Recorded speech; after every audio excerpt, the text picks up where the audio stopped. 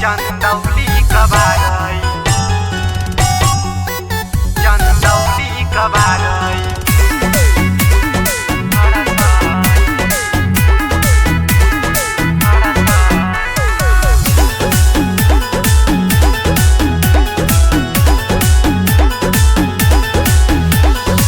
किस लिखा गईल हमर कुआर में, चलेला चर्चा जिला जवार में। किस लिखा गईल हमर कुआर में, चलेला चर्चा जिला जवार में। हमके छेड़े जानी हम आ गई, हमर जिलवा है यूपी 67, चंदौली कबार है। हमर जिलवा है यूपी 67, चंदौली कबार है।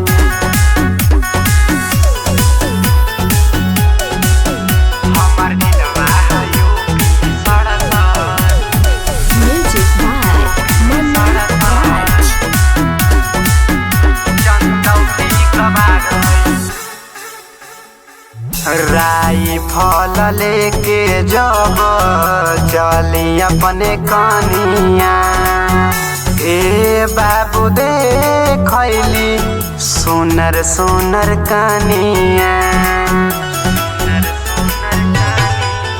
दब दब यहाँ पे हमारे हैं, हमें जानो तो दुनिया सारे हैं।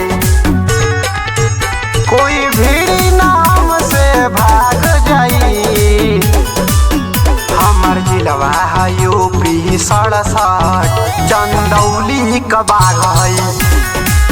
हमर जिलवा है यूपी 67, चंदौली कबार है।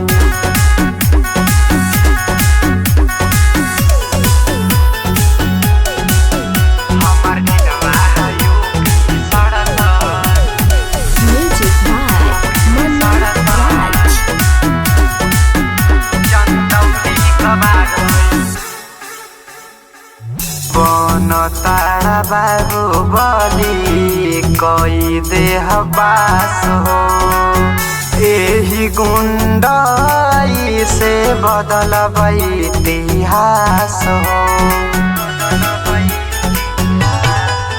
रोहित सिंगर से पाला जे पड़ जाई, हाथ गोड़ बाबू यहाँ तोड़ जाई। जे गरीब ओकर हम खास हई, हमर जिलवा है यूपी 67, चंदौली कबार है।